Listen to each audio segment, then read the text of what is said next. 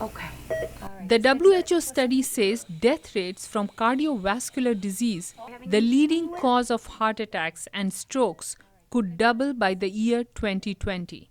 And experts say the increase is caused by more than just preventable risk factors such as obesity, high blood pressure, and tobacco and alcohol use. Tuberculosis, it turns out, is an important cause of heart disease.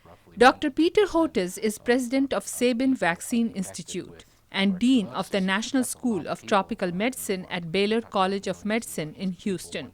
He says many cardiovascular complications are directly linked to parasitic infections, such as snail fever or schistosomiasis, streptococcal infection, and syphilis.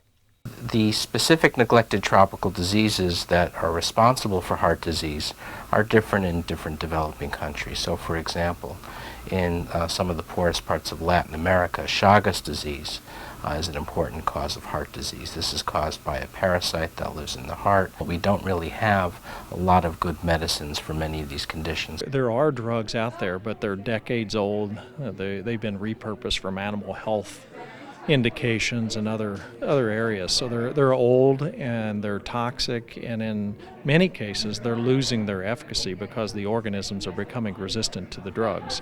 Eric Easom is leading the development of drugs for neglected diseases at Anacor Pharmaceuticals. He says there has not been enough financial incentive for the big pharmaceutical companies to work on new drugs for these chronic types of infections, even though studies have identified them as significant contributors to pulmonary hypertension and chronic heart failure.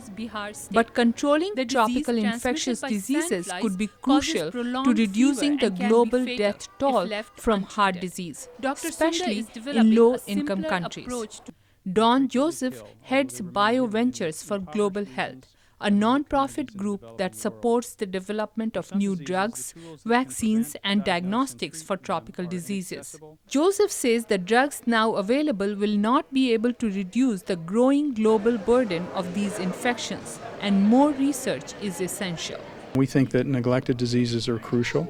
They have a disproportionate impact on people who can afford it the least and who are affected the most. Health experts say it is important to recognize the unique risk factors contributing to heart disease in developing countries so that effective treatment strategies can be designed.